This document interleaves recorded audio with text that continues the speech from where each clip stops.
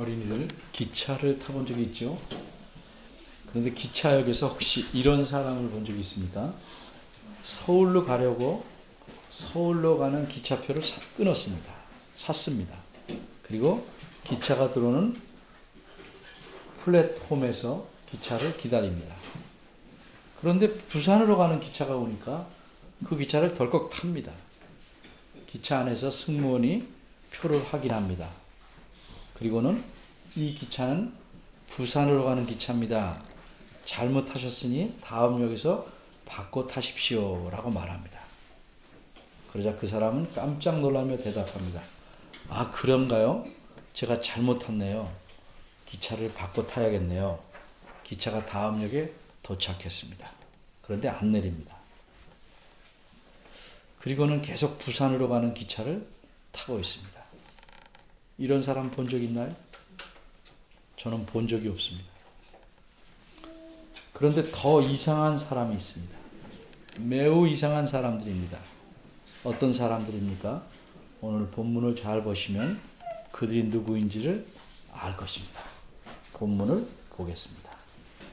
오늘 본문은 에레미야라고 이름 붙은 책에 들어있습니다.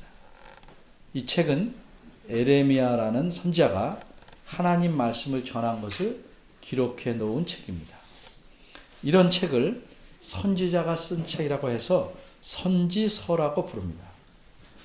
그런데 선지서라고 하면 선지자가 예언해 놓은 내용만 들어있는 것이 아닙니다. 하나님께서 전하라고 하신 말씀은 그것이 예언이든 아니든 과거의 것이든 현재의 것이든 무엇이든 다 들어있습니다. 특별히 선지서에는 반 이상이 시편처럼 시들로 가득 차 있습니다. 오늘 본문도 시의 형식으로 이루어져 있는 것입니다. 먼저 5절입니다. 나 여호와가 이같이 말하노라. 이렇게 시작합니다. 그러니까 그 다음에 나오는 말씀은 자연히 여호와께서 직접 하신 말씀입니다. 그런데 원어에 따라 보면 5절의 첫 말씀은 저주로다. 이렇게 시작합니다. 저주로다. 무엇 하는 사람은. 이렇게 진행됩니다. 그리고 7절과 8절은 복 받을 사람, 정확히 말하면 복 있는 사람에 대해서 설명합니다. 그러니까 오늘 본문은 어떤 사람이 하나님께 저주를 받는지, 복을 받는지를 알려줍니다. 어째서 하나님께서 이렇게 직접적으로 저주와 복에 대해 말씀하시는가? 그 이유는 에레미야 선지자가 살던 시대를 좀 알고 이 본문의 바로 앞부분인 1절에서 4절 내용을 보시면 알 수 있을 것입니다. 에레미야라는 선지자는 북쪽에 있던 이스라엘이라는 나라가 망하고 남쪽에 유다라는 조그만 나라가 겨우 남아있던 그 마지막 시기에 몇십 년 동안 활동한 선지자입니다. 그러기에 그는 유다라는 나라의 멸망을 직접 눈으로 보았습니다. 뿐만 아니라 하나님 말씀을 올바로 전함으로 자기 나라 백성들에게 멸시와 따돌림을 당했습니다. 고난을 당합니다. 배신자라는 혹평과 손가락질을 받고 죽임을 당할 뻔했습니다. 그를 통해 백성들의 죄악들을 낱낱이 밝히고 회개하라고 외치는 하나님 말씀이 사람들은 듣기 싫었기 때문입니다. 그 시대의 유다 백성들의 죄악이 얼마나 악했는가. 이 에레미야 17장 1절은 이렇게 말합니다. 유다의 죄는 금강석 끝 철필로 기록되었다. 무슨 뜻입니까? 그 당시에 글을 쓰는 도구 중에 철필이 있었던 것 같습니다. 좀 쉽게 말하면 만년필 같은 것이 있죠. 그런데 그 끝이 촉이 철이 아니고 금강석입니다. 다이아몬드입니다. 이렇게 금강석 촉을 가진 철필로 기록하면 아주 단단한 곳에도 깊이 파이고 지워지지 않게 잘 기록됩니다. 유다의 죄는 금강석 끝 철필로 기록되는 말씀은 지워지지 않을 만큼 그들의 죄악이 악하였다는 뜻입니다. 더구나 그들의 죄는 지워지지 않게끔 쓰였을 뿐만 아니라 지워질 수 없는 곳에 기록되었습니다. 어디입니까? 1절 하반절을 보면 그들의 마음 판과 그들의 제사 드리는 단 뿔에 새겨졌다 이렇게 말씀합니다. 유다 백성들의 사회적인 죄, 경제적인 도덕적인 죄는 말할 것도 없습니다. 그들은 모든 죄를 짓는 그 근원이 아예 죄악 덩어리인 셈입니다. 그 근원이 무엇입니까? 하나님을 섬기는 일입니다. 거기에 문제가 있었습니다. 2절에서 지적한 바대로 그들은 푸른 나무마다 그 옆에 우상을 섬기는 제단을 쌓아놓고 아세라라는 우상을 섬깁니다. 그들의 생각은 이방신에 늘 젖어 있습니다. 자녀들도 마찬가지입니다. 그래서 급기야 하나님께서는 그들이 알지 못하는 대적에게 그들을 멸망시키고 말겠다 결심하는 상황에 처할 정도입니다. 이처럼 그들의 죄는 악하고 깊고 가득했습니다. 하지만 하나님께서는 바로 그런 사람들에게도 마지막 기회를 주시려고 합니다. 그래서 회개하라고 촉구하기 위해서 오늘 본문 말씀을 그들에게 전하신 겁니다. 하나님께서 그들을 멸망시키기로 작정하셨지만 그래도 회개하면 진정으로 돌이키면 살려주시려고 에레미야 선지자를 통해서 마지막으로 말씀하는 겁니다. 이 말씀을 이렇게 소개합니다. 나 여호와가 이같이 말하노라. 너희가 잘 아는 바대로 이런 사람은 내게 저주를 받고 이런 사람은 복을 받는다. 그런데 왜 너희는 회개하지 않는가 하는 의도로 지금 말씀하고 계시는 겁니다. 하나님께서 하신 말씀을 살펴보겠습니다. 어떤 사람이 저주를 받는다고 말씀하셨습니까? 5절과 6절, 7절과 8절을 대조해서 생각해 봅니다. 5절부터 보면 사람을 신뢰하는 자가 저주를 받습니다. 물론 사람을 믿어야죠. 그런데 사람과 하나님 둘 중에 누구를 실제적으로 더 믿느냐가 핵심입니다. 사람이 사람을 서로 믿는 신뢰나 어떤 의리의 문제를 말하는 게 아니고 정말 누구를 궁극적으로 믿는가 하는 문제입니다. 이 말을 그 다음 표현이 어떤 뜻인지 잘 설명합니다. 혈육으로 그 권력을 삼고 무슨 말입니까? 사람을 자신의 힘으로 삼는다는 의미입니다. 진정한 힘은 사람에게 있는 게 아닌데도 모든 힘을 얻을 수 있는 근원이나 원천으로 사람을 의지한다는 것.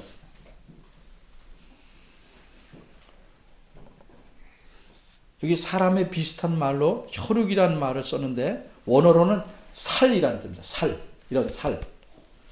의도를 살려서 어투를 바꿔보면 고깃덩어리입니다.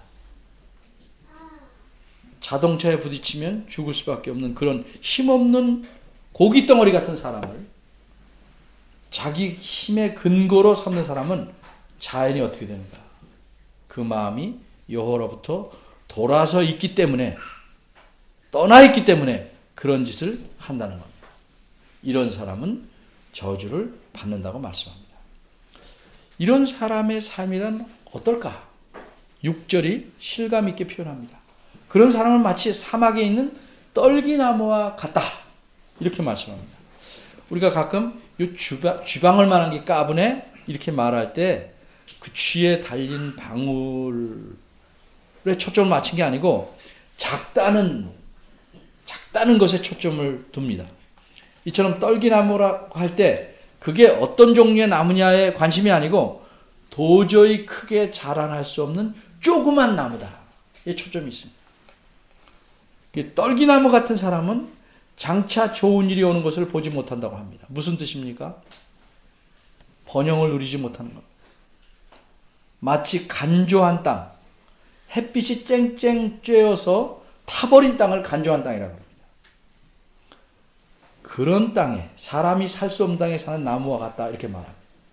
그런 곳에 어찌 나무가 자라겠습니까? 또 건건한 땅이란 말이 있습니다. 이건 소금기가 가득한 땅이라는 뜻입니다.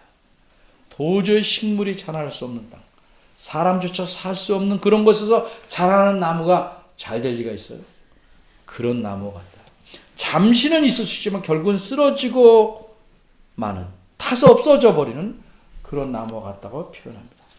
사람을 의지하고 하나님에게서 마음이 돌아서 버린 사람은 이런 상태의 저주를 받는다라고 말씀하고 있는 것입니다. 7절과 8절입니다. 이 두 구절을 보면 시편 1편 3절과 4절을 생각나게 합니다. 시냇가에 심은 나무가 시절을 쫓아 과실을 맺으며 그 잎사귀가 마르지 아니함 같으니. 이것은 의인, 바꿔 말하면 복 있는 자를 묘사한 말인데 그 다음에 시편에서 뭐라고 말합니까? 악인은 그렇지 않으며 오직 바람에 나는 겨와 같도다. 이렇게 말합니다. 근데 오늘 본문에서는 악인을 먼저 말합니다. 왜? 앞에서 유다 백성들의 죄와 연결해서 말하고 있기 때문입니다. 시편에서는 악인을 가리켜 바람에 나는 겨, 추수 때 바람에 불려서 날아가는 찌꺼기, 건불, 지푸라기와 같은 존재로 묘사합니다. 그런데 오늘 본문에서는 도저히 살 수 없는 사막의 떨기나무와 같은 사람으로 묘사합니다. 그럼 시편 1편 3절에서 말하는 시냇가에 심은 나무를 어떻게 설명하는가? 7, 8절에서 설명합니다. 그래서 어떤 분들은 이 7, 8절을 시편 1편 3절의 해석이다, 설명이다 이렇게 말하기도 합니다. 어떤 사람이 복 있는 것인가? 이 무릇이란 말은 누구든지란 말입니다. 5절에도 나오고 7절에 나오는 무릇, 누구든지 여호와를 의지하는 자는 복 있는 자다. 다시 반복합니다. 여호와를 의뢰하는 사람. 이 표현을 직역하면 여호와가 그의 확신인 사람. 바꿔 말하면 여호와에게 자신의 모든 확신을 둔 사람을 가리킵니다. 다윗은 이렇게 말한 걸 시편에서 봅니다. 하나님은 나의 피난처시요 산성이시요 요새입니다. 그래서 나는 요동치 않겠습니다. 이처럼 하나님에게 모든 확신의 근거를 둔 사람, 이 사람이 여호와를 의지하는 자입니다. 사람을 철석같이 믿는 게 아니고 하나님만을 산성처럼 의지하는 자, 이 사람이 여호와를 의지하는 사람입니다. 이런 사람은 어떤가? 저주받는 자를 사막의 떨기의 나무에 비유하듯이 이번에도 나무에 비유합니다. 물가에 심기운 나무라고 말합니다. 8절을 보면 심기운이라는 표현을 씁니다. 왜냐하면 원래 물가에서 자생적으로 자라는 나무가 아니고 아주 마른 땅에 있던 나무를 옮겨 심은 것이기 때문입니다. 잘 자라지 못하는 땅에 있었으나 잘 자라도록 물가로 옮겨 심기운 나무라는 의미입니다. 그럼 이 나무는 물가에서 어떻게 자라겠습니까? 당연히 뿌리를 계속 뻗쳐서 잘 자라죠. 더위가 올지라도 문제가 없습니다. 물가에 심기운 나무라고 날씨와 무관하게 사는 건 아니죠. 하지만 나무로서 성장할 수 없는 힘든 조건들이 생겨도 물가에 있기 때문에 이 나무의 잎은 사시사철 푸르고 또 가문다고 할지라도 열매가 그치지 않는다. 이렇게 표현한 것입니다. 이렇듯 저주받는 자와 복 있는 자를 두 나무에 비교해서 대조하고 있습니다. 9절입니다. 8절까지는 그냥 어렵지 않게 읽으면 이해가 될 만합니다. 9절은 좀 생각을 해야 됩니다. 이번에는 하나님께서 직접 하신 말씀이 아니고 예레미야 선지자 자신의 말이 나와 있습니다. 선지자는 어떤 질문을 갖고 고민하다가 스스로 그 답을 깨달았습니다. 그래서 자신이 알게 된 답을 여기 9절에서 말하고 있는 겁니다. 이 선지자가 가졌던 질문은 무엇일까? 논리적으로 말하면 이렇습니다. 사람을 의지하면 저주를 받고 하나님을 의지하면 복을 받는데 이스라엘 백성들은 명색이 하나님 백성이니까 다 아는데 어째서 이 사람들이 복을 받을 수 있는 일을 하지 않을까? 이게 질문입니다. 어째서 이 땅에는 저주받는 사람들이 복받는 사람들보다 훨씬 많을까? 하나님 백성이라는 사람들 가운데도 왜 복받기를 원한다고 하면서 저주를 받는 일로 계속 치달리고 있을까? 어째서 우상을 섬기고 계속 물먹기를 죄악을 물 먹듯 하면서 복을 받기 원할까? 정말 이상한 사람들이다. 이게 질문의 핵심입니다. 근데 이 질문에 대한 대답을 스스로 깨달았습니다. 이게 9절입니다. 예레미야 선지자는 이렇게 말합니다. 아, 그렇구나. 만물보다 거짓되고 심히 부패한 것이 마음이다. 마음이 문제였구나. 깨달았습니다. 그래서 여기서 선지자는 각 사람의 마음이 어떠한지를 말합니다. 사람의 마음이라는 건 이 세상의 모든 만물보다 거짓되고 심히 부패하다 이렇게 말합니다. 부패하다는 말은 단순히 썩었다는 뜻이 아니고 도저히 치료가 불가능하다는 말입니다. 사람들 흔히 말합니다. 저 사람은 선하다. 저 사람은 법 없이도 살 수 있다. 이런 생각은, 이런 말은 사람의 마음의 근본은 볼 수 없어서 겉만 봐서 할 수 있는 말입니다. 사람의 마음이라는 것은 거짓되고 도저히 고칠 수 없을 만큼 치료가 불가능한 것입니다.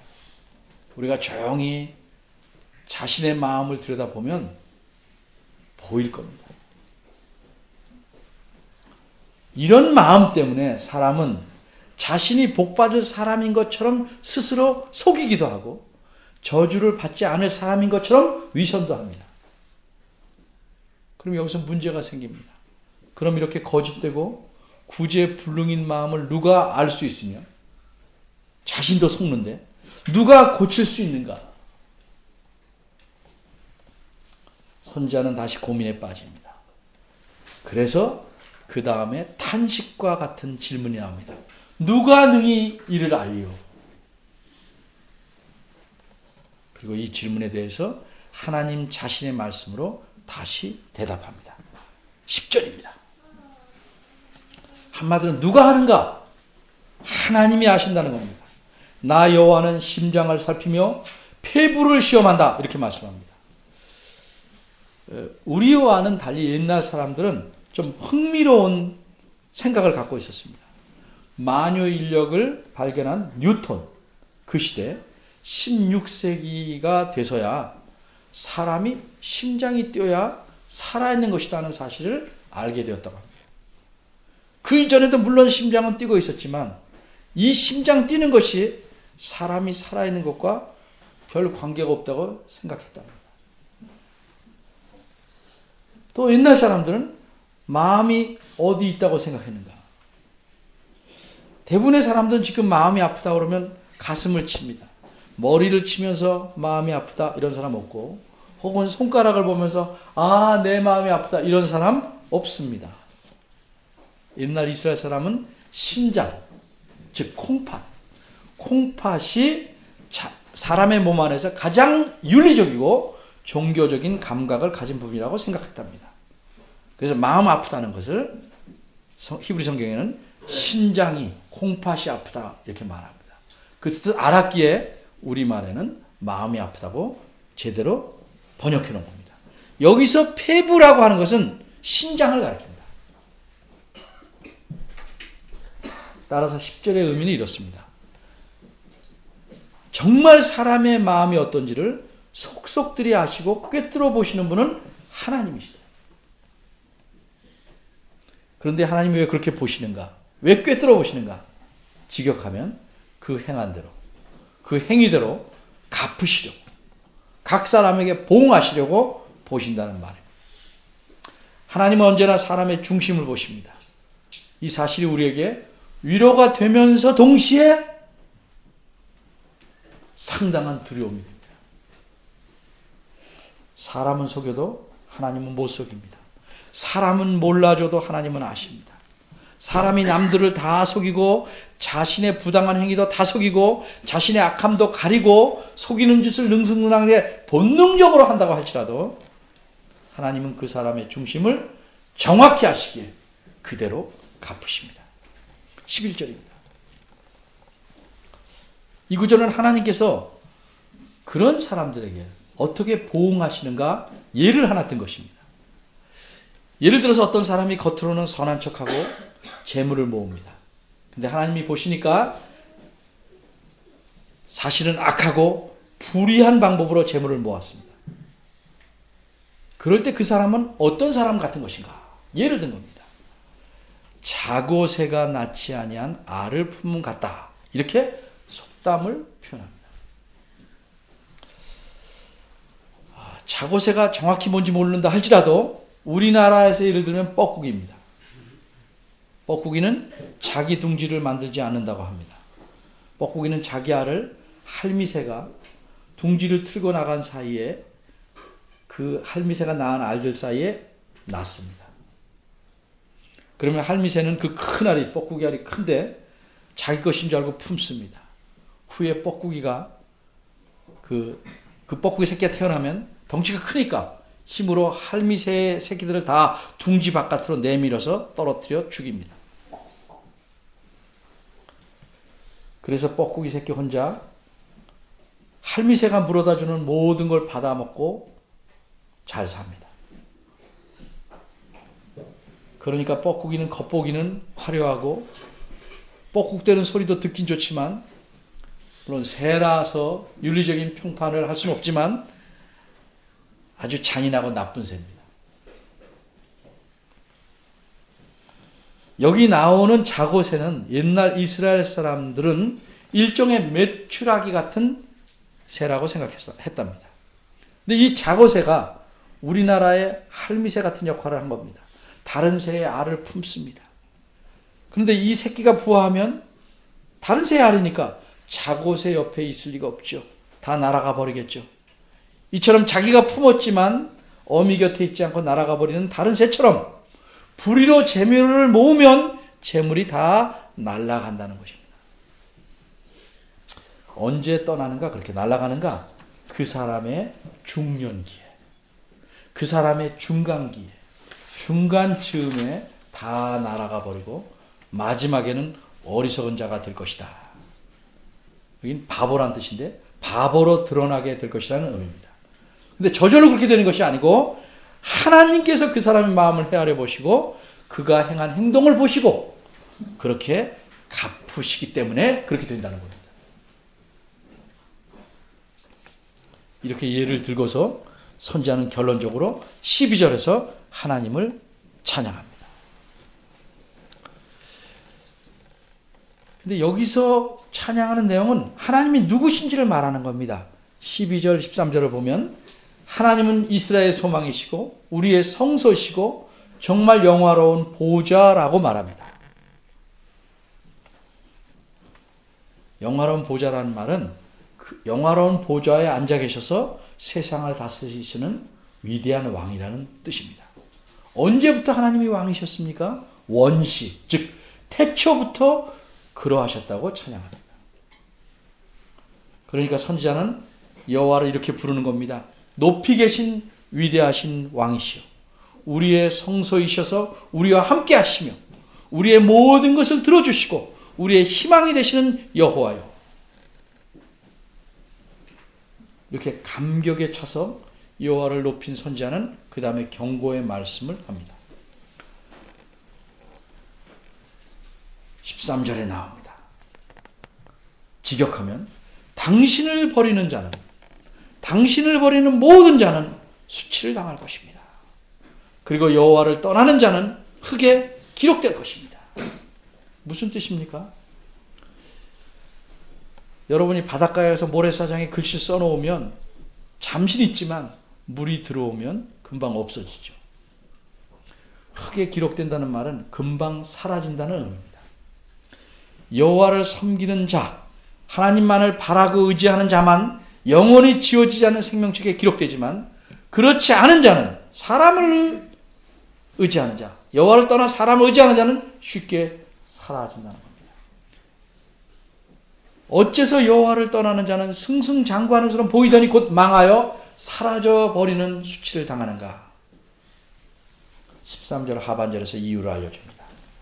하나님이 생명의 근원, 생명의 샘물이신데 그분을 떠났기 때문에 나무처럼 말라 죽기 때문이다.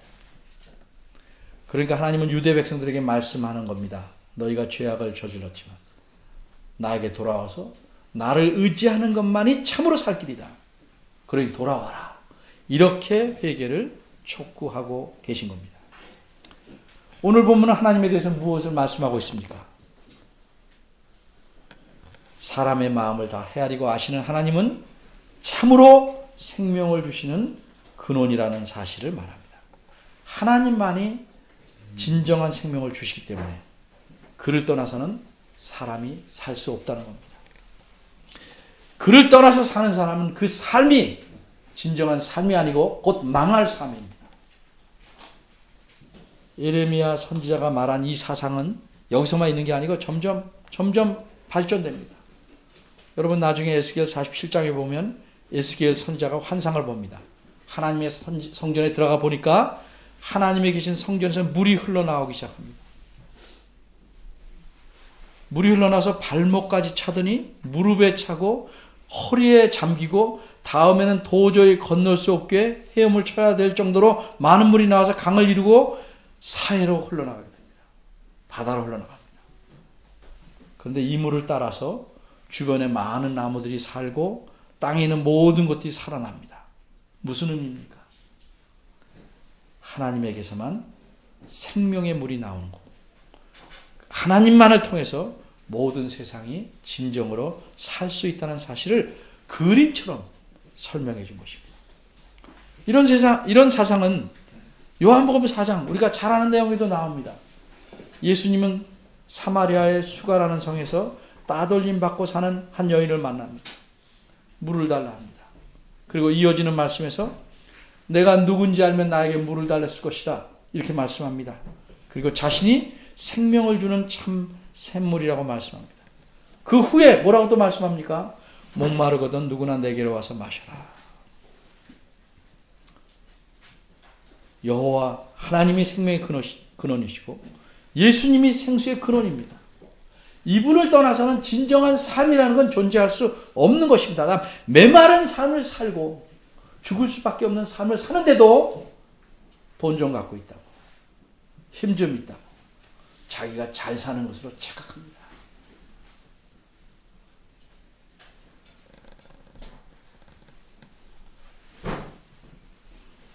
바퀴벌레가 자기가 빠르다고 교만해서 사는 것과 같습니다. 나는 안 죽는다 절대 빨라서 이렇게 생각하는 것과 다를 바 없습니다. 여러분 정말 누구를 의지합니까? 어떤 사건이 있을 때 마음을 비우는가 그 정도의 문제가 아니고 내 삶의 전체에서 어디에 무게를 두고 사는가,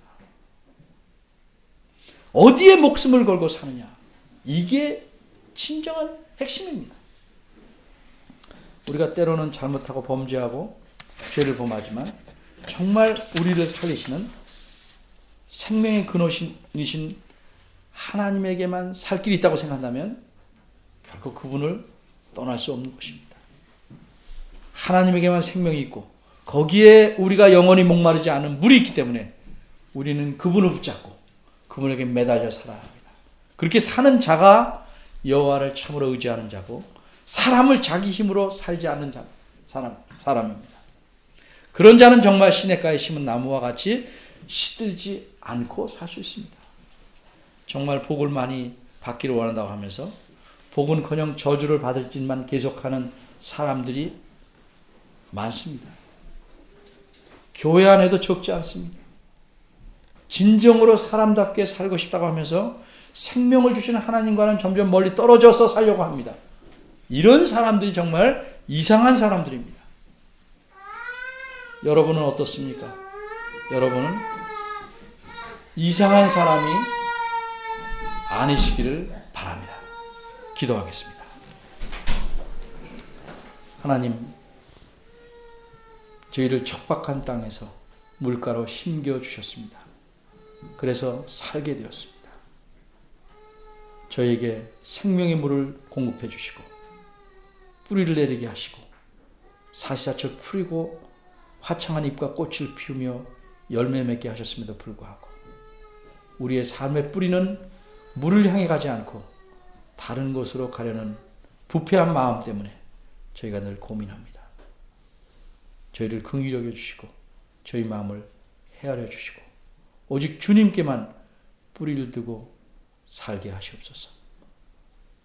세상에 현혹되지 않게 하시고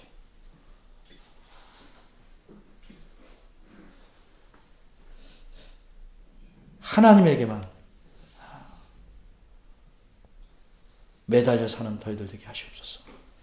이렇게 사는 저희들의 모습을 보고 주님의 다른 백성들이 위로를 얻게 하시며 서로 격려하게 하시며, 그래서 우리 모두가 하나님의 숲을 이루어서 주를 믿지 않은 많은 사람들이 이 그늘에 와서 쉬고 시냇가에 심기운 나무가 되기를 바라는 일들이 저희를 통해서 또 이 교회를 통해서 일어날 수 있기를 바랍니다. 주의 은혜가 아니면 살 수 없음을 더욱 깨닫게 하시고 우리 삶을 전적으로 주님께 맡기고 살아가는 저희가 되도록 고쳐주시고 지도해 주시옵소서. 예수님의 이름으로 기도합니다. 아멘.